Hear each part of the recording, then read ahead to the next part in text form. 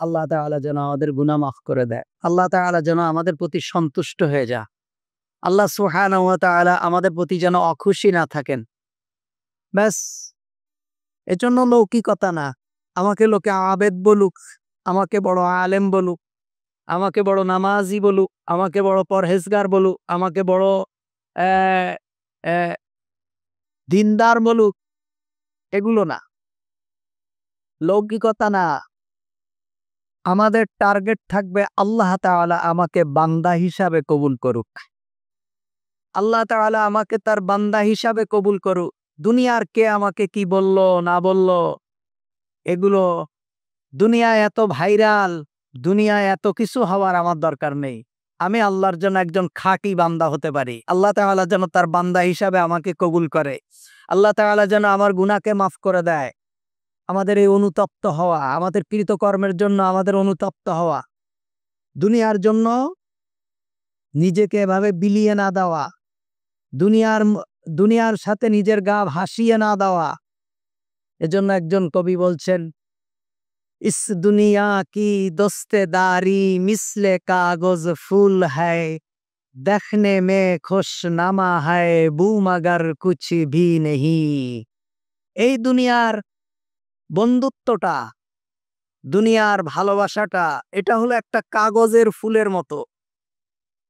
কাগজের ফুল দেখতে খুবই সুন্দর, খুব চাকচিক্য, গাছের ফুলের থেকেও সুন্দর, কিন্তু দেখনে মে খুশনামা হ্যায় বু মগর কুছ ভি নেহি। কাগজের ফুল দেখতে যত সুন্দরই হোক, এখান থেকে বিন্দুমাত্র ঘ্রাণ পাওয়া যায় না। তুমি যদি সত্যিকার অর্থে ঘ্রাণ নিতে চাও, তোমার যদি ঘ্রাণের প্রয়োজন হয়, ফুল থেকে মানুষ যেটা পায়, যে কারণে ফুলকে ভালোবাসে, তাহলে তোমাকে অরিজিনাল ফুলের কাছেই যেতে হবে। বরায়ে দো সেতা যারা ফেদা কুন, অলে কিন্দস্তে আজ দুশ্মন জুদা কুন। কবি বলছেন যে এই বন্ধুত্বের জন্য তুমি নিজের জীবনকে উৎসর্গ করে দিচ্ছ, নিজের জীবনকে ফেদা করে দিচ্ছ, নিজের জীবনকে বিলীন করে দিচ্ছ। যার খুশির জন্য তোমার জীবনের সব ত্যাগ করছো, যাদেরকে আনন্দ দেবার জন্য হালাল হারাম তুমি বেশ বিবেচ্য করছো না, যাদের খুশির জন্য, যাদের ভালো থাকার জন্য, যাদেরকে ভালো রাখার জন্য আল্লাহর বিধানকে লঙ্ঘন করছো, প্রতি মুহূর্তে হারামের সাথে জড়িয়ে যাচ্ছ, আল্লাহর সাথে নাফরমানি করছো। বলে কিন দোস্তে আজ দুশ্মন জুদা কুন। কিন্তু তুমি জানো না কে তোমার দুশ্মন আর কে তোমার বন্ধু। তোমার দোস্ত আর দুশ্মনকে তোমার আলাদা করা দরকার। কে তোমার বন্ধু? যে বন্ধু তোমার পরকালের সাথী হবে, যে তোমার সঙ্গে কবর হাসর হবে, সেই হবে তোমার বন্ধু। তুমি দুনিয়ার জন্য যা করছো, এগুলো একটা কাগজের ফুলের মতো, এগুলোর কোনো মূল্য নেই। এগুলো কিছুদিন পরে এমনিই নষ্ট হয়ে যাবে, এগুলোর স্থায়িত্ব নেই,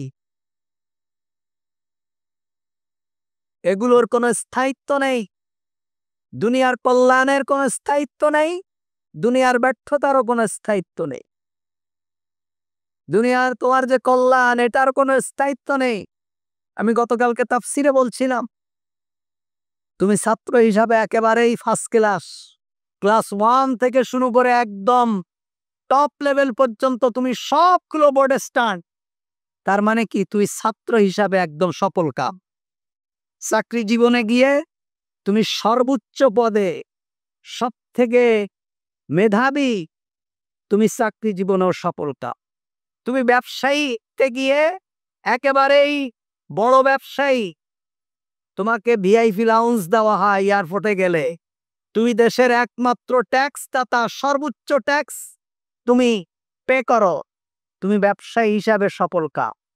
তুমি রাজনীতিতে গিয়ে একেবারে সর্বোচ্চ চেয়ার দখল করেছো মন্ত্রিত্বে, তুমি রাজনীতিতেও সফল কাম। কিন্তু এই সফলতা তোমার মরার সাথে সাথে শেষ। তোমার এই সফলতা স্থায়ী না। তুমি মরে গিয়েছ, তোমার সর্বোচ্চ মেধা তোমার সর্বোচ্চ ব্যবসা, তোমার সর্বোচ্চ রাজনীতি, সব কিছু শেষ। তার মানে তোমার সফলতাও স্থায়ী না। আর তোমার জীবনে তুমি যে ব্যর্থ, আল্লাহ তাআলা বলছেন তোমার ব্যর্থতাও স্থায়ী না। তোমার জীবনে যেখানে যাও সেখানেই তুমি ব্যর্থ হও, এ ব্যর্থটাও স্থায়ী না। এই মরার সাথে সাথে, জীবন বের হওয়ার সাথে সাথে এই দেহ থেকে তোমার এই ব্যর্থটাও শেষ হয়ে যাবে। সুতরাং দুনিয়ার ব্যর্থতা যেমন স্থায়ী না, দুনিয়ার সফলতাও স্থায়ী না। তুমি যদি সফল কাম হতে চাও, আল্লাহ তাআলা বলছেন তুমি যদি সফল কাম হতে চাও, তুমি যদি পরকালীন জীবনে সফল কাম হতে যাও, তুমি যদি চিরস্থায়ী সফল কাম হতে চাও, তাহলে সফলতার রাস্তায় তোমাকে হাঁটতে হবে। এজন্য একজন কবি বলছেন, বাগে দুনিয়া মে না হোগা কুই হামসে বদনসিব, আয়া থে ইস বাগ মে আওর খালি ধামালে চলে। বলছে এই পৃথিবীর মধ্যে তুমি হলে কপাল পোড়া, এই পৃথিবীর মধ্যে তুমি হলে সব থেকে নির্বোধ, এই পৃথিবীর ভিতরে তুমি হলে সব থেকে দুর্ভাগা। কারণ এই পৃথিবীতে তুমি এসেছো, কেন এসেছো, কি জন্য এসেছো, কেন তোমাকে পাঠানো হয়েছে তুমি নিজেই জানো না।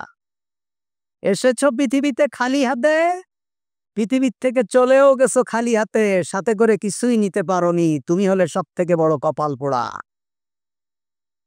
সুতরাং আমরা আমাদের এই সকল কর্মকাণ্ড, আমাদের এই নসিহা, আমাদের এই সৎ কাজ, আমাদের এই দুনিয়ায় আসা যাওয়ার মাঝে আমাদেরকে সফলতার পথ বেছে নিতে হবে। আল্লাহ তাআলা বলছেন, আল্লাযী খালাকাল মাউতা ওয়াল হায়াতা লিয়াবলুয়াকুম আইয়ুকুম আহসানু আমালা। আমি তোমাদেরকে জীবন এবং মৃত্যু দিয়েছি কেন জানো? যাতে তোমাদের মধ্যে কে উত্তম আমলকারী, কে ভালো কাজ সম্পাদনকারী, কে আল্লাহর সন্তুষ্টি অর্জন করতে পারে, এটা দেখার জন্যই আমি তোমাদেরকে জীবন এবং মৃত্যু দিয়েছি। এই মধ্যখানের সময়টুকু তোমাদের সফলতার, ব্যর্থতার অর্জন করার কাজ।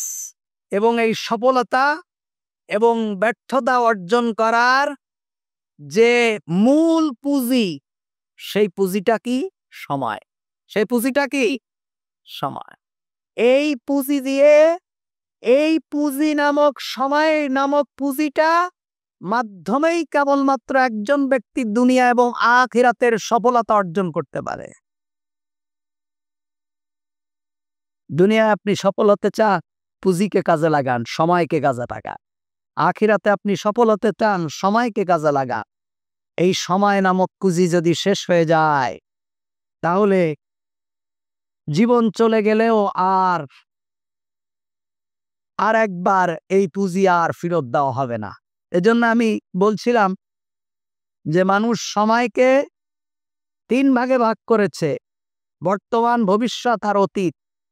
কিন্তু সময় মূলত দুটো, কাল মূলত দুটো, তিনটা নয়। একটা হলো অতীত আর একটা হলো ভবিষ্যৎ। বর্তমান বলে কোনো সময় নেই, কারণ আমি এখন যা বলছি এক মুহূর্তের মধ্যে সেটা অতীতের গর্ভে বিলীন হয়ে যাচ্ছে। বর্তমানে স্থায়ী না, সব হয় অতীত নয় ভবিষ্যৎ, বর্তমান নেই। এজন্য আমাদেরকে সময়কে কাজে লাগানো দরকার। 2024 সাল শেষ হয়ে গেছে। আমরা কি করেছি? আমাদের এই বিরাট বছরটা যে আমরা শেষ করেছি, আমাদের আমলের জিন্দিগিতে আমরা কি করেছি, আমাদের হিসাব করা দরকার।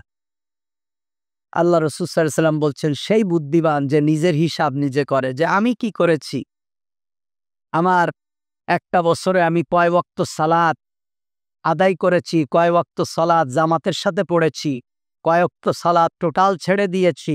আমাদের হিসাব করা দরকার আগামী দিনের জন্য। আরেকটি হলো বেশি বেশি ইস্তেগফার করা, নিজের কর্মের জন্য, নিজের কৃত কর্মের জন্য বেশি বেশি ইস্তেগফার করা। প্রতি মুহূর্তে ইস্তেগফার করা, আস্তাগফিরুল্লাহ আস্তাগফিরুল্লাহ আস্তাগফিরুল্লাহ, প্রতি মুহূর্তে ইস্তেগফার করা। আল্লাহ তুমি আমাকে মাফ করে দাও, আল্লাহ তুমি আমাকে মাফ করে দাও, আল্লাহ তুমি আমাকে মাফ করে দাও। প্রতিটা মুহূর্তে আমরা চলতে ফিরতে উঠতে বসতে আমরা শুধু আল্লাহর দরবারে ইস্তেগফার করব, আল্লাহ তুমি আমাদেরকে মাফ করে দাও, আল্লাহ তুই আমাদেরকে মাফ করে দাও, আল্লাহ তুই আমাদেরকে মাফ করে দাও, আস্তাগফিরুল্লাহ আস্তাগফিরুল্লাহ আস্তাগফিরুল্লাহ, আল্লাহ তুমি আমাদেরকে মাফ করে দাও। এবং আমরা বেশি বেশি আল্লাহ সুবহানাহু ওয়া তাআলার দরবারে ইস্তেগফার করব। আপনি দুনিয়ার জীবনের জন্য এত পরিশ্রম করছেন, এত মেধা খরচ করছেন, আপনার নাওয়া খাওয়া সব বন্ধ করে দিয়েছেন, এগুলো করছেন সব দুনিয়ার জন্য। আপনার দুনিয়ার জীবনের এত পরিশ্রম, এত মেধা খরচ, এত সময় খরচ, এত চেষ্টা, এত দৌড়ঝাঁপ, এত উচ্চ আকাঙ্ক্ষা, কি কারণে? সব দুনিয়া পাওয়ার জন্য। অথচ দিন শেষে আপনি মরেই যাবেন। সাবধান, আপনি দিন শেষে মরে যাবেন, আপনি থাকতে পারবেন না। আপনি ইচ্ছা করলেও 2021 সালের 2026 সালের এই আজ 10ই জানুয়ারি, এটা আপনি আমি এই মসজিদের কোনো মুসল্লি পাবো না। মনে রাখেন, 2126 সালের, এখন 2026 সাল না, হ্যাঁ 2025 সাল, 2126 সাল, মনে করেন আজ থেকে 100 বছর পরে আমরা কেউ থাকবো না। আমার একটা কাজের জন্য আমার আব্বা আম্মার আইডি কার্ড দরকার ছিল। আব্বা আম্মা তো মারা গেছে, বাড়ির থেকে আইডি কার্ডটা আনলাম, এনে দেখলাম 1942 সালে আমার বাবার আইডি কার্ডে জন্ম তারিখ,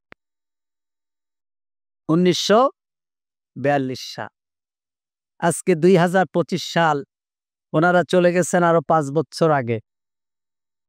তা নিশ্চিত আজ থেকে 100 বছর পরে এই মসজিদের কোনো মুসল্লি আর বর্তমান পৃথিবীতে থাকবে না, এটা নিশ্চিত।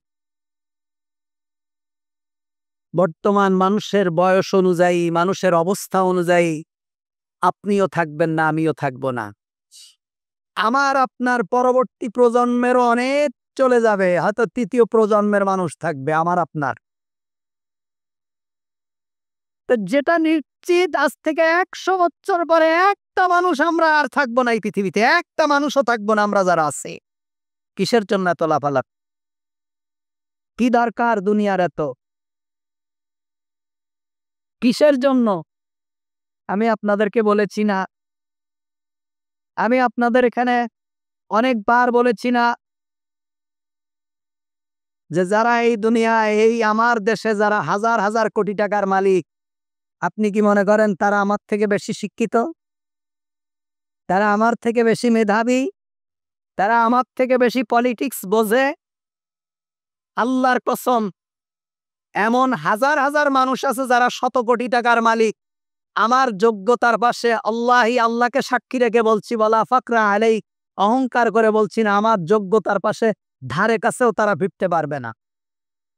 কিন্তু তারা আল্লাহকে ভয় করে না দুনিয়া কামাবার জন্য। আমি মোহাম্মদ খায়রুল আলম ইন্নী আখাফুল্লাহ, আমি একটা লুকমা খাওয়ার আগে আমি আল্লাহকে ভয় করি। আমি আজ 5 বছর আপনাদের এখানে খুতবা দিচ্ছি, 5 বছর আগে যা বলেছি এখনো তাই বলছি।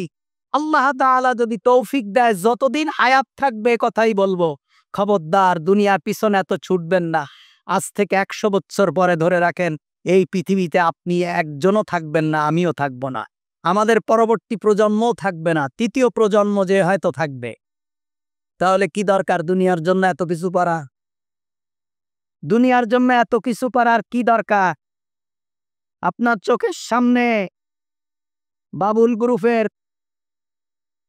বাবুল সাহেব চলে গেছেন, আপনার চোখের সামনে পার্টেক্সের হাশেম সাহেব চলে গেছেন, আপনাদের চোখের সামনে চৌধুরী কামাল ইবনে ইউসুফ চলে গেছেন, আপনাদের চোখের সামনে এই এসালম গ্রুপের কয়েকজন চলে গেছেন, আপনার চোখের সামনে হাজার হাজার মন্ত্রী এমপি চলে গেছেন, আপনার চোখের সামনে হাজার হাজার রাজা বাদশা চলে গেছেন। কেউ পৃথিবীতে স্থায়ী নাই, আমিও আপনি স্থায়ী না।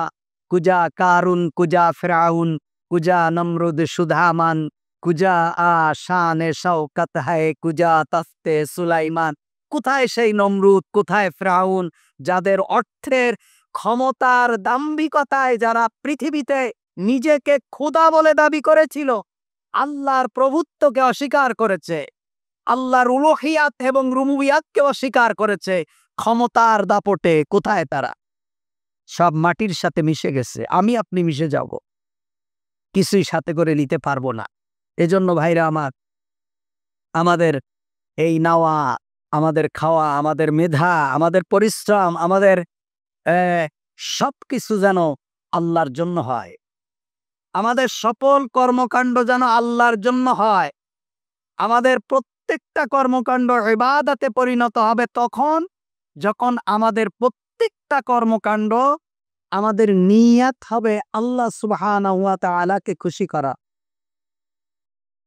আমাদের নিয়ত হবে আল্লাহ সুবহানাহু ওয়া তাআলাকে খুশি করানো। আমাদের ভাত খাওয়াটা ইবাদত হবে, আমাদের ঘর সংসার করাটা ইবাদত হবে, আমাদের বিবাহ করাটা ইবাদত হবে, আমাদের পারিবারিক জীবনটা ইবাদত হবে, আমাদের অর্থনৈতিক জীবনটা ইবাদত হবে, আমাদের রাজনীতিটাও ইবাদত হবে, আমাদের সমাজটা ইবাদত হবে। কখন? যখন আমাদের প্রত্যেকটা কর্মকাণ্ড আল্লাহ সুবহানাহু ওয়া তাআলার বিধান মতো করব, এবং যখন আল্লাহর হুকুম লঙ্ঘন না করব, এবং প্রত্যেকটার নিয়ত থাকবে আল্লাহ সুবহানাহু ওয়া তাআলাকে সন্তুষ্ট করা। দুনিয়ায় কে নেতা হচ্ছে, দুনিয়ায় কে শিল্পপতি হচ্ছে, দুনিয়ায় কে অর্থবিত্তের মালিক হচ্ছে, এগুলো আমাদের দেখার বিষয় না। এগুলো যদি আমরা দেখতে চাই, আমাদের পরকালকে আমরা হারিয়ে ফেলব। আমরা প্রতিযোগিতা করব পরকালের জন্য। আল্লাহ রসুল বলছেন কোনো হিংসা করা জায়েজ নেই। 3 ব্যক্তির 3 জায়গায় হিংসা করা জায়েজ আছে, 3 জায়গায়, এছাড়া অন্য কোথাও হিংসা করা যাবে না।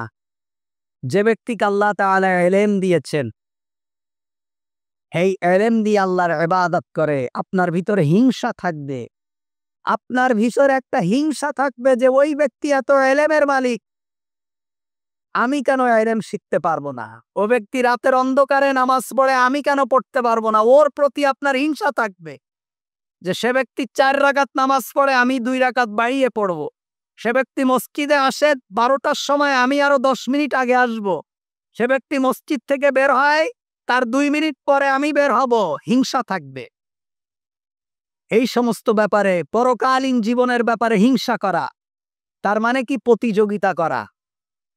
হিংসা মানুষ কেন করে? প্রতিযোগিতা করার জন্য হিংসা করে, তাপ থেকে উপরে ওঠার জন্য হিংসা করে। একজন ব্যবসায়ীর প্রতি আরেকজন ব্যবসায়ী হিংসা করে কেন? ওর ব্যবসা থেকে যাতে আমার ব্যবসাটা ভালো হয়, ওর পণ্য থেকে আমার পণ্যটা যাতে মানুষের মাঝে আমি বেশি ডেভেলপ করতে পারি, পৌঁছায় দিতে পারি, প্রোপাগান্ডা বেশি চালাতে পারি, ওই ব্যবসায়ীকে ড্যাম খাওয়ায় আমারটা যাতে আমি মানুষের সামনে প্রেজেন্ট করতে পারি, এজন্য। তা সুতরাং হিংসা হবে, তার থেকে যেন আমার আমল ভালো হয়, তার থেকে যেন আমি জান্নাতের দিকে 1 কদম বেশি হাঁটতে পারি, তার থেকে যেন আমি আল্লাহকে বেশি খুশি করতে পারি, তার থেকে যেন বেশি আল্লাহ তাআলা আমার উপর সন্তুষ্ট হয়। এজন্য আমরা পরস্পর ইবাদতের ক্ষেত্রে মানুষের সাথে প্রতিযোগিতা করব। আল্লাহ সুবহানাহু ওয়া তাআলাও আমাদেরকে সে কথা বলেছেন, ফাফিরু ইলাল্লাহ, তোমরা আল্লাহর দিকে দৌড়াও, আল্লাহর দিকে প্রতিযোগিতা করে দৌড়াও। কারণ কি? দিন শেষে আমি আর আপনি কেউ পৃথিবীতে থাকবো না। যে পৃথিবীর জন্য এত মেহনত, এত পরিশ্রম, এত কষ্ট, এত মেধা, এত কিছু, দিন শেষে আমি আর আপনি কেউ থাকবো না, মরে যাব। এজন্য ভাই, দুনিয়ার জীবনকে নিয়ে এত মাতামাতি না করা। আল্লাহ তাআলা বলছেন, আমি লুকমান হাকিমের যে নসিহা, এই নসিহা বলছিলাম প্রথম জুমা, আর গত জুমা তো পূর্বাচলে দিয়েছি, সেখান থেকে আমি শুরু করছি ইনশাআল্লাহ। আল্লাহ তাআলা বলছেন, তোমরা মানুষের প্রতি আমরু বিল মারুফ করো, মানুষের সৎ কাজের আদেশ দাও, যতটুকু পারো মানুষকে কল্যাণের আদেশ দাও, মানুষের ভালো করো। তুমি যদি মানুষকে ভালো করো, আল্লাহ তাআলা তোমাকে ভালো করবে। সুবহানাল্লাহ। আল্লাহ তাআলা বলছেন, আহসিন কামা আহসানাল্লাহু ইলাইক। তুমি আরেকজনের প্রতি ইহসান করো, আল্লাহ তাআলা তোমার প্রতি ইহসান করবে। আল্লাহ রাসূল বলছেন, মান সাতারা মুসলিমান সাতারাল্লাহু ইয়াউমাল কিয়ামাহ। তুমি তোমার ভাইয়ের দোষ যদি গোপন করো, আল্লাহ তাআলা কিয়ামতের দিন তোমার দোষ গোপন করবে। সুবহান। তুমি যে অপরাধ করেছো কেউ জানে না, আল্লাহ জানেন। আল্লাহ তাআলা তোমার অপরাধকে গোপন করে দেয়। আরেকটা কথা, কোনো অপরাধ করলে কারো কাছে শেয়ার করবেন না। অনেকে একটা গুনাহ করে আরেকজনের সাথে শেয়ার করে যে আমি গুনাহটা করেছি, কি করব। আপনি সারা দুনিয়ার মানুষের কাছে শেয়ার করলে আপনার গুনাহ মাফ হবে না গুনাহ বাড়বে? গুনাহ বাড়বে। সুতরাং কেউ আপনার গুনাহ মাফ ক্ষমা করতে পারবে না। অপরাধ করার পরে যদি আপনি আরেকজনের সাথে শেয়ার করেন, তার মানে আরেকজনকে আপনি সাক্ষী বানিয়ে দিয়েছে। আল্লাহ তাআলা এই গুনাহ আপনাকে ক্ষমা করবে না। কারণ এই যাকে সাক্ষী বানিয়েছেন এ ব্যক্তি কিয়ামতের দিন বলতে পারে, আল্লাহ সে তো এই অপরাধে অপরাধী, তুমি যদি তাকে ক্ষমা করো আমাকে কেন ক্ষমা করবা না? এই জন্য গুনাহ করে কখনো কারো কাছে বলতে নেই। গুনাহ করে কখনো কারো কাছে বলতে নেই। আপনি রোজা নেই, রমজান মাসে কোনো কারণে আপনি রোজা থাকতে পারেননি। একজন আপনাকে জিজ্ঞেস করছে, ভাই আপনি কি রোজা নেই? আপনি যদি বলেন যে ভাই আমি তো রোজা নেই, তাহলে কি হলো? আরেকজনকে সাক্ষী রেখে দিলেন যে আপনি রোজা নেই।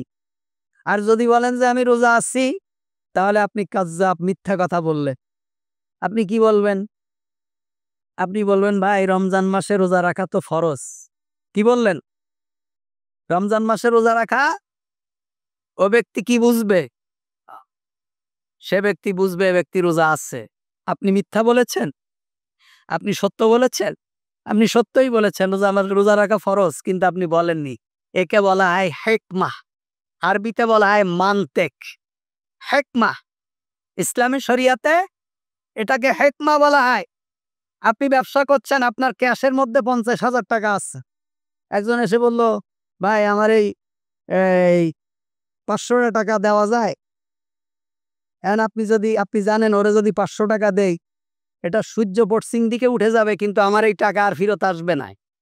আপনি বলছেন ভাই আমার কাছে তো কোনো টাকা পয়সা নেই এখন। কি বললেন? আপনার কাছে কোনো টাকা পয়সা নেই। আপনি কি মিথ্যা বলেছেন? না, আপনার কাছে তো টাকা নেই। টাকা আছে কোথায়? ক্যাশ বাক্সের মধ্যে। একে বলা হয় মানতেক। কি বলা হয়? হুজুররা কথা বলে, আপনি মনে করেন সব মিথ্যা কথা বলে, ঘুরায় পেঁচায় বলে। এই জন্য হুজুরদের মানে মায়ের পেচ আপনারা বুঝতে পারবেন না খুব সহজে। বুঝতে গেলে মানতেক পড়তে হবে। এজন্য আমরু বিল মারুফ, মানুষকে বেশি বেশি সৎ কাজের আদেশ দেওয়া, মানুষকে বেশি বেশি হকের আদেশ দেওয়া, হকের দাওয়াত দেওয়া, মানুষকে হকের প্রতি বেশি উদ্বুদ্ধ করা। আপনি একজন মানুষকে সত্যের প্রতি উদ্বুদ্ধ করলেন, সে ব্যক্তি সত্য মানল, সে ব্যক্তি কষ্ট করে সত্য মানল। আপনি শুধু ইনভেস্ট করলেন আপনার মুখের কথা, সমপরিমাণ সওয়াব আল্লাহ তাআলা আপনাকে দিয়ে দেবে। আপনি ফজরের নামাজ পড়ার সময় বললেন, ভাই আর কত ঘুমাবেন, চলেন নামাজটা পড়ি। সে ব্যক্তি ঘুম থেকে উঠলো, কষ্ট করে অজু করলো, অজু করে মসজিদে এসে কষ্ট করে নামাজ পড়লো। যত সওয়াব হলো, আপনি শুধু মুখের কথা ইনভেস্ট করেছেন, ভাই চলেন নামাজটা পড়ি। আল্লাহ রাসূল বলছেন সমপরিমাণ নামাজির সমপরিমাণ সওয়াব আল্লাহ তাআলা এই ব্যক্তির আমলনামায় দিয়ে দেবে। এজন্য মানুষকে কল্যাণের পথে ডাকলে, যত মানুষ আপনার কথা শুনে কল্যাণের পথে হাঁটবে, তত পরিমাণ সওয়াব আল্লাহ তাআলা আপনার আমলনামায় দিয়ে দেবেন। আর আপনি যদি কাউকে অন্যায়ের পথে ডাকেন, আপনি যদি কাউকে অন্যায় করতে উদ্বুদ্ধ করেন, আপনি যদি কাউকে অন্যায় শিখান, যতগুলা মানুষ এই অন্যায়ের সাথে সম্পৃক্ত হয়ে যাবে, অন্যায়ের রাস্তার উপরে হাঁটবে, সমপরিমাণ গুনাহ আল্লাহ তাআলা আপনার খাতায় লিখে দেবে। এজন্য সাবধান। কাউকে কিছু বলতে গেলে সাবধান, কাউকে কিছু শিখাতে গেলে সাবধান। একেবারে অথেন্টিক দলিল ছাড়া কাউকে কোনো নসিহাত করা যাবে না।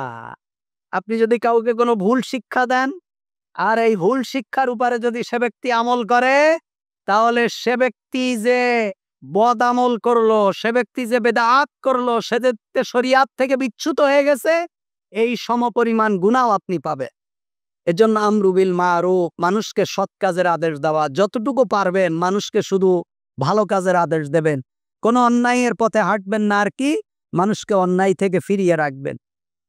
মানুষ যখনই অন্যায় দেখবেন, অন্যায় থেকে মানুষকে বাধা দিবে, আল্লাহ তাআলা কল্যাণ দিয়ে আপনার আমল নামাকে ভরে দেবে। আলহামদুলিল্লাহ।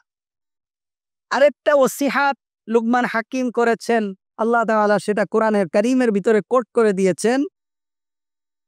এই সূরা লুকমানের সেই 17 নম্বর আয়াত, লম্বা আয়াত, যে প্রথমে বলেছেন মানুষকে সৎ কাজের আদেশ করো আর অন্যায় থেকে মানুষকে বাধা দাও, ফিরিয়ে রাখো, মানুষকে অন্যায় থেকে নসিহাত করো। এটা করলে কি হবে? বিপদ হবে, মুসিবত হবে। আপনি যখনই মানুষকে অন্যায় থেকে ফিরায় রাখবেন, তখন আপনার উপরে বিপদ এবং মুসিবত আসবে। তখন কি করতে হবে? ওয়াসবির আলা মা আসাবাক। আল্লাহ তাআলা বলছেন, এই বিপদ যখন আসবে তখন তোমরা সবর করো, ধৈর্য ধরো। কারণ আপনি যখনই মানুষকে ভালো কথা বলবেন, তখনই আপনার পরে বিপদ আসবে। এই পৃথিবীতে মুসলমান, কাফেররা, ইহুদিরা গবেষণা করেছে মুসলমানদের উপর। মুসলমানদের উপরে গবেষণা করেছে আমেরিকায়, একটি প্রতিবেদন প্রকাশ করেছে। এই প্রতিবেদনটা আমি ডিটেলস আরেক জুমায় বলবো, শুধু আপনাদেরকে এখন টাচ দিয়ে যাচ্ছি। মুসলমান হলো 3 প্রকার। এই পৃথিবীর যত মুসলমান আছে, এই মুসলমানদেরকে 3 ভাগে ভাগ করেছেন। এক ধরনের মুসলমান হলো মৌলবাদী মুসলমান, যারা ব্যক্তি জীবন, পারিবারিক জীবন, সামাজিক জীবন, রাষ্ট্রীয় জীবন, কর্মক্ষেত্রে আল্লাহর বিধান চায়। মুহাম্মাদুর রাসূলুল্লাহর যে মিশন ছিল, এই মিশন পূর্ণাঙ্গভাবে চায় যে শ্রেণীর মুসলমান, এদেরকে গোটা পৃথিবীতে বলে মৌলবাদী মুসলমান। কি বলে? মৌলবাদী মুসলমান। মৌলবাদ বললে তো আমরা মনে করি গালি দিচ্ছে, না। মৌলবাদ মানে মূল, যারা মূলের উপরে স্থায়ী থাকে এদেরকে কি বলা হয়? মৌলবাদ। আর যারা মূলের মধ্যে নেই, এরা হলো আগাবাদ। এরা কি বা? আগাবাদ। গোড়া নেই, এদের কোনো গোড়া নেই। এদের ইসলাম খুঁজলে দেখবেন, ইসলাম যাইতে যাইতে খাজা বাবা পর্যন্ত গেছে। এদের ইসলাম খুঁজলে দেখবেন যাইতে যাইতে ওই দোয়াইগঞ্জুল আরশ পর্যন্ত গেছে। এদের ইসলামের, এদের নসিহাতের এই RSCS খতিয়ান খুঁজলে দেখবেন যে মকসুদুল মুমিনিন যে থেমে গেছে, কালান নবী সাল্লাল্লাহু আলাইহি ওয়াসাল্লাম পর্যন্ত পৌঁছায়নি। এদের গোড়া নেই, এরা হলো আগাবাদী মুসলমান। এই মৌলবাদী মুসলমানদের সংখ্যা খুবই কম। ইউরোপ, আমেরিকা সহ সারা দুনিয়া এই মৌলবাদের বিরুদ্ধে আন্দোলন করে। আমরা কি মৌলবাদী মুসলমান হতে চাই না আগাবাদী মুসলমান হতে চাই? আমরা সবাই মৌলবাদী মুসলমান। বলেন আমরা কি মৌলবাদী মুসলমান? যে নারীরা মাথায় হেজাব পরে, গায়ে গেঞ্জি পরে, স্কিন টাইট প্যান্ট পরে, এরা কি আগাবাদী না মৌলবাদী? আগাবাদী। যারা মুখে বলে কালিমার কথা, অন্তরে বিশ্বাস করে না, যারা ইসলামকে বিশ্বাস করে, যাকাত ভিত্তিক অর্থনৈতিক ব্যবস্থা বিশ্বাস করে না, সুদ ভিত্তিক অর্থনৈতিক ব্যবস্থা বিশ্বাস করে, এরা কি মৌলবাদী না আগাবাদী? যারা সূরা ফাতিহা দিয়ে নামাজ পড়ে, কিন্তু সূরা ফাতিহার বাস্তব শিক্ষা বাস্তব জীবনে প্রতিফলিত হোক এটা চায় না, তারা কি মৌলবাদী না আগাবাদী? প্রত্যেকটা জায়গায় যারা ইসলামকে সেকুলার হিসাবে দুনিয়ায় উপস্থাপন করে, এরা হলো আগাবাদী। এরা কেউ মৌলবাদী না। আরেক শ্রেণীর মুসলমান হলো যারা নামাজ পড়ে, রোজা রাখে, জিকির করে, হজ করে, তালিম করে, তাহাজ্জুদ পড়ে, সত্য কথা বলে, হক কথা বলে, কিন্তু আল্লাহ তাআলার বিধান, দুনিয়ার সর্বোচ্চ আল্লাহর বিধান কায়েম হোক, আল্লাহর বিধান অনুযায়ী আল্লাহর জমিন চলুক, এটা তারা চায় না। এই এক শ্রেণীর মুসলমান। এই শ্রেণীর মুসলমানদের কেউ আমেরিকা, ইহুদি, খ্রিস্টানরা ভালো চোখে দেখে না, কারণ এদের দ্বারা দুনিয়ার অগ্রগতি ওদের দৃষ্টিতে কিছুটা হলেও থেমে যায়। আরেক শ্রেণীর মুসলমান, যেই শ্রেণীর মুসলমান প্রতিদিন 70-80 রাকাত তাহাজ্জুদ নামাজ পড়ে, কিন্তু আল্লাহর বিধানের কথা শুনলে তাদের গায়ে আগুন ধরে যায়। এক এমপি আছে না, ছিলেন না এক প্লেয়ার নারায়ণগঞ্জের, কয় যে আমি প্রত্যেক দিন 70-80 রাকাত তাহাজ্জুদের নামাজ পড়ি।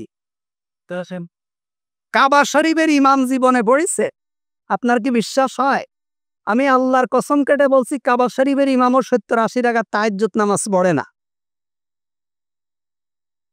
কিন্তু এই সেকুলার মুসলিম যারা আছে, এরা দিনের বেলায় খেলা করে আর রাতের বেলায় তাহাজ্জুদের নামাজ পড়ে। কাদের সাথে খেলে? মৌলবাদী মুসলমানদের সাথে খেলে, আর রাতে তাহাজ্জুদ নামাজ পড়ে। এদের চরিত্র হলো ফিরআউনের চরিত্র। কাদের চরিত্র? ফিরআউন দিনের বেলায় বলে আমার রব্বুকুমুল আলা, আমি হলাম সব থেকে বড় রব। কার সামনে?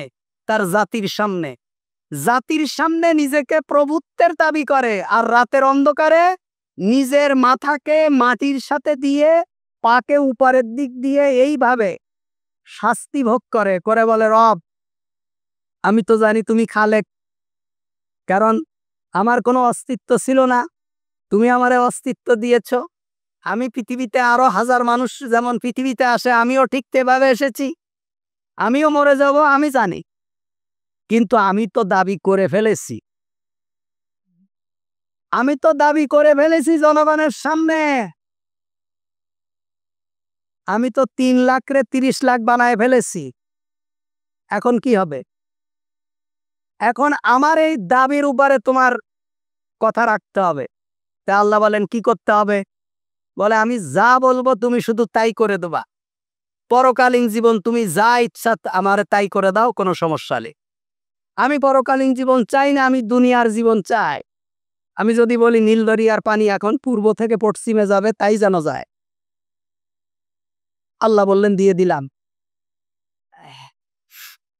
একদিন একজন ফেরেশতা আসলেন তার সামনে, জিবরাইল। একজন ফেরেশতা এসে বলছেন, পাহাড়ের বুয়ায় যে উপস্থিত ফিরআউন, তারে দেখে তো হতচকিত হয়ে গেছে। হায় হায়, এর মধ্যে আসলো কিভাবে? এখানে তো আমি আর আমার খোদার সাথে কথা হচ্ছে। বোঝেননি? ফিরআউনের চরিত্র, দিনের বেলায় মৌলবাদ পিটায়, রাত্রের বেলায় 80 রাকাত তাহাজ্জুদ নামাজ পড়ে। ও দিনের বেলায় খোদা দাবি করে, আর রাতের বেলায় রবের সাথে তার ডাইরেক্ট কালেকশন। বলছে এখানে মানুষ আসলো কিভাবে? ফেরেশতা তো মানুষের আকৃতি ধরে গেছে। যে বলছে যে তুমি কে? তা বলছে আমি তো আপনার রাজ্যেরই একজন মানুষ। তা কেন এসেছো এখানে? আমি এখানে আছি, তোমার সংবাদ কে দিয়েছে? বলছে না, আপনারে খুঁজতে খুঁজতে আসলাম। কি ব্যাপার?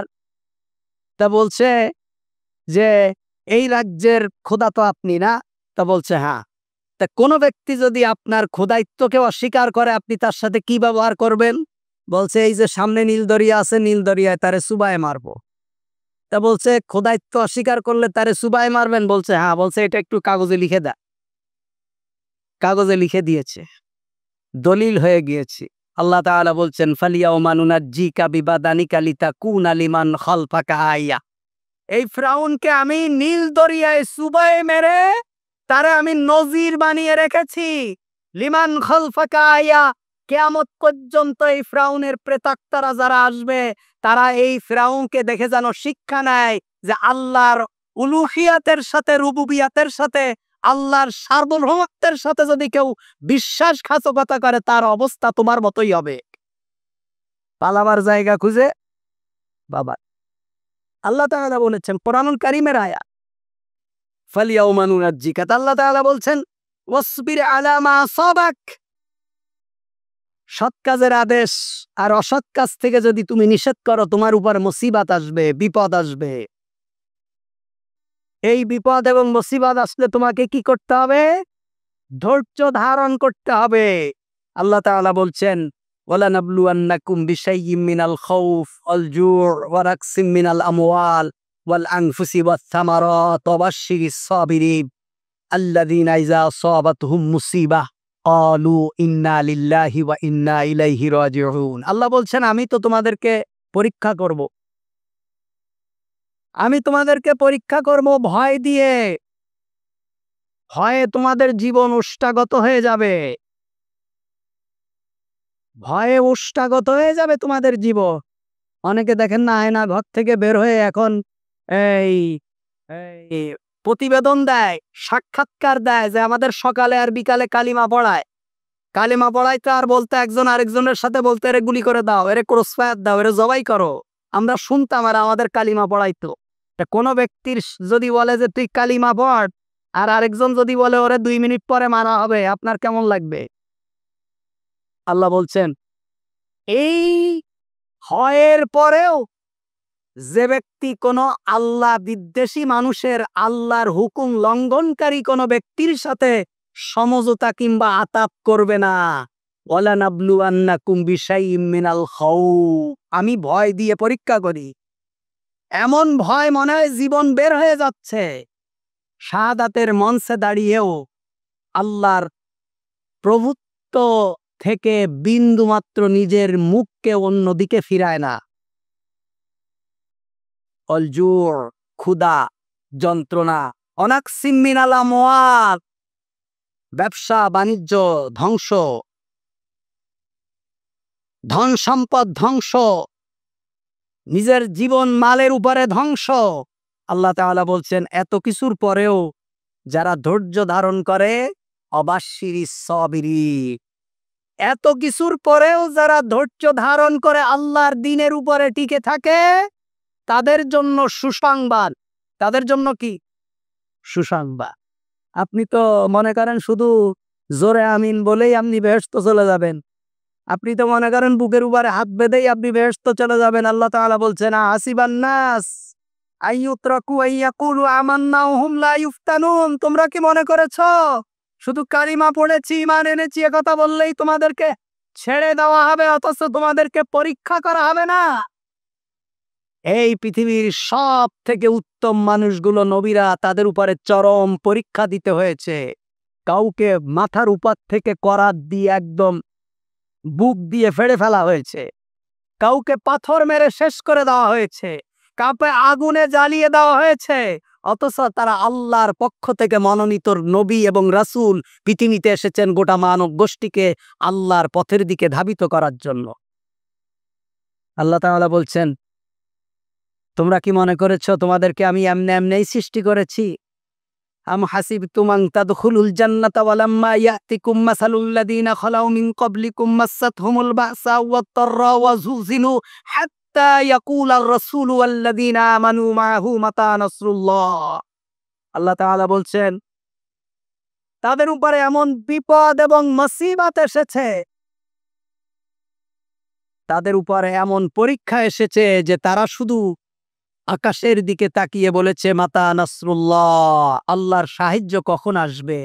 আমরা তো শেষ হয়ে গেলাম, আল্লাহর সাহায্য কখন আসবে? সাহাবীরা বলছেন, ইয়া রাসূলুল্লাহ, আমাদের উপরে কি আল্লাহর সাহায্য আসবে না? আল্লাহ রাসূল বলছেন যে তোমরা কতটুকু পরীক্ষা দিয়েছো? আমার 2 জন সাহাবীর কথা বলি, খাব্বাব এবং খুবাইব। এই 2 জন সাহাবী ঈমান আনার অপরাধে তাদেরকে জ্বলন্ত আগুনের কয়লার উপরে উপুড় করে শোয়ায় দেওয়া হয়েছে। তাদের পিঠের চর্বি গলে গলে, তাদের গায়ের চর্বি গলে গলে তাদের আগুনের কয়লা নিভে গেছে। খাব্বাব এবং খুবাইবের এই পিঠের অংশটা একদম গর্ত হয়েছিল।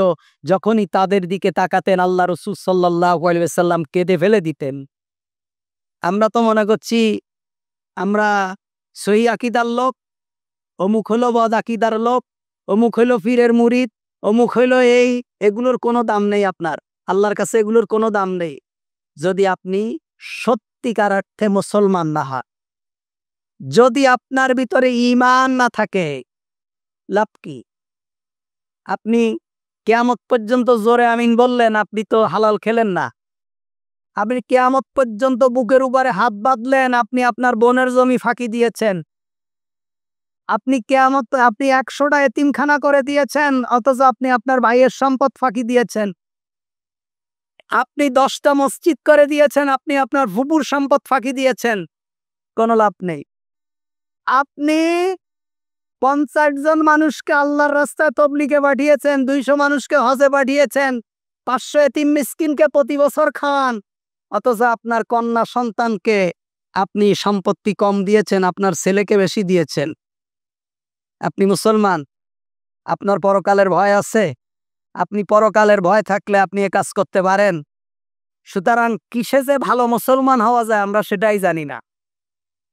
আমরা কি কাজ করলে যে পারফেক্ট মুসলমান হওয়া যায় আমরা সেটাই ভুলে গিয়েছি। এজন্য যখনই আপনি আল্লাহর রাস্তার উপরে হাঁটবেন আপনার উপরে তখন বিপদ এবং মুসিবত আসবে। আল্লাহ তাআলা বলছেন, ওয়ালা তুসাইর খাদ্দাকা লিন্নাস, অহংকার বশত মানুষকে তুমি অবজ্ঞা করো না। মনে রাখবেন, ওই যে একটা কথায় বলে, সবার উপর মানুষ সত্য, তাহার উপরে কিছু নাই। একজন অমুসলিম হোক, একজন কাফের হোক, একজন বেঈমান হোক, একজন আল্লাহদ্রোহী হোক, মনে রাখতে হবে সে ব্যক্তি মানুষ, আশরাফুল মাখলুকাত। আল্লাহ রাসূল সাল্লাল্লাহু আলাইহি ওয়াসাল্লাম সাহাবীদেরকে নিয়ে বসে আছেন। একজন ইহুদির লাশ যাচ্ছে। আল্লাহ রাসূল সাল্লাল্লাহু আলাইহি ওয়াসাল্লাম সাহাবীদেরকে বললেন, কুম সাইয়্যিদুকুম, দাঁড়িয়ে যাও, তোমাদের নেতার জন্য দাঁড়িয়ে যাও। নেতাকে? ইহুদি। সাহাবীরা দাঁড়িয়ে গেলেন, সম্মান দিলেন। আল্লাহ রাসূল সাল্লাল্লাহু আলাইহি ওয়াসাল্লাম একজন ইহুদির লাশকে দেখে পর্যন্ত সম্মান দিয়েছে। আপনি আজকে আপনার দল করে না, অথবা আপনার মানহাজের না, আপনি তাকে তুচ্ছ তাচ্ছিল্য করছেন, তারে মারছেন, তার ঘর বাড়ি পোড়ায় দিচ্ছেন, তার সম্পদ দখল করছেন, আবার আপনি নামাজও পড়েন। কি লাভ? ইসলাম কি আপনাকে শিক্ষা দিয়েছে? আপনি ক্ষমতায় যাননি, আপনি একজন পারফেক্ট মুসলমান, এখনো ক্ষমতায় যাননি, আরেকজনের সম্পদ দখল করছেন। আপনাকে যদি আল্লাহ রাজত্ব দিয়ে দেয় আপনি কি করবেন? আপনাকে যদি আল্লাহ ক্ষমতা দিয়ে দেয় তখন আপনি কি করবেন? কি যে করবেন তা তো বোঝাই যাচ্ছে। এজন্য মানুষ, সে যে দল, যে গোত্র, যে ধর্ম, যে বর্ণ, যেভাবেই হোক, সব থেকে বড় কথা হলো সে মানুষ। তাকে যদি শাস্তি দিতে হয় রব্বুল ইজ্জাত দিবেন, তাকে যদি জাহান্নাম দিতে হয় রব্বুল ইজ্জাত দিবেন, তাকে যদি জান্নাত দিতে হয় রব্বুল ইজ্জাত দিবেন, তাকে যদি ক্ষমা করতে হয় রব্বুল ইজ্জাত করবেন। কিন্তু মানুষ হিসাবে আপনি আরেকটা মানুষকে অবজ্ঞা করতে পারেন না, তাকে ঘৃণা করতে পারেন না, তাকে তুচ্ছ তাচ্ছিল্য করতে পারেন না, তাকে ব্যঙ্গত্ব করতে পারেন না। এটা আল্লাহ তাআলা আমাদেরকে নিষেধ করেছেন। আল্লাহ তাআলা বলছেন, ওয়ালা তুসাইর খাদ্দাকা লিন্নাস, তুমি অহংকার বশত মানুষকে অবজ্ঞা করো না। আপনার অর্থ আছে, আপনি মনে করছেন আপনি বুদ্ধিমান। আপনার থেকে বড় বুদ্ধিমান, বড় মেধাবী মানুষ, ক্লাসে ফার্স্ট, একেবারে রাস্তায় হাঁটছে, পরনে কাপড়ও নেই। সময় সময় পাগলের সাক্ষাৎকার দেখেন না, যে অনার্বাল ইংলিশে কথা বলে, রাস্তার পাশে বসে বসে ভিক্ষা করে। আবার কোনো ব্যক্তি 2 লাইন ইংরাজি বলতে পারে না, সে ব্যক্তি কোম্পানির, বড় বড় কোম্পানির 2 লাখ 4 লাখ টাকা স্যালারি গ্রহণ করে। বহু রিক্সা চালকের সাক্ষাৎকার নেয়, অনার্বাল ইংলিশে কথা বলে। আপনি 2 লাইন ইংরাজি বলতে পারেন না। দেখেন, 2-1 ফকির ভিক্ষা করে, ওদের কোরআন তেলাওয়াত শুনলে মনে হয় যে হৃদয় জুড়ায় যায়।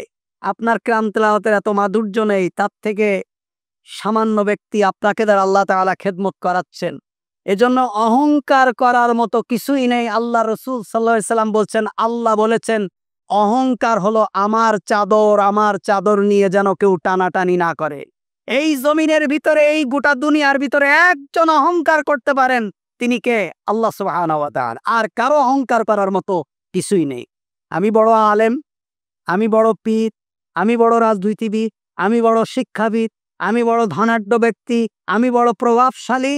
দিন শেষে মনে করবেন আপনার থেকে বহু শিক্ষাবিদ, বহু ধনাঢ্য, বহু বড় রাজনীতিবিদ, বহু প্রভাবশালী, বহু প্রতিপক্ষের অধিকারী এমন ব্যক্তি মাটির সাথে বিলীন হয়ে গেছে, যাদের নাম নিশানা দুনিয়ায় কেউ নেয় না। সুতরাং বাইরে আমার, ওয়ালা তুসাইর খাদ্দাকা লিন্নাস, অহংকার বশত মানুষের সামনে অহংকার করা যাবে না, মানুষকে অবহেলা করা যাবে না, মানুষকে তুচ্ছ তাচ্ছিল্য করা যাবে না, মানুষের সাথে কোনো প্রকার খারাপ আচরণ করা যাবে না। খবরদার, কোন রাজনৈতিক মতাদর্শের কারণে প্রতিপক্ষের উপরে হামলা করা, প্রতিপক্ষকে কোনোভাবে ঘায়েল করা, এটা হলো সম্পূর্ণ হারাম। আপনার যদি ক্ষমতা থাকে, আপনি রাজনীতিকে রাজনীতি দিয়ে মোকাবেলা করেন। সে যদি চরিত্রহীন থাকে, আপনি আপনার উত্তম চরিত্র দিয়ে তার চরিত্রহীনতাকে মোকাবেলা করেন। আপনার নিজের নেই চরিত্র, আপনার নিজের নেই কোনো অবস্থান, আপনি আরেক অসৎ চরিত্র ব্যক্তির সাথে আপনি মোকাবেলা করার কোনো ক্ষমতা রাখেন না। খবরদার, কারো উপরে কেউ কোনো প্রভাব বিস্তার করবেন না। আল্লাহ রাসূল সাল্লাল্লাহু আলাইহি ওয়াসাল্লাম নিষেধ করেছেন, আল্লাহ তাআলা নিষেধ করেছেন।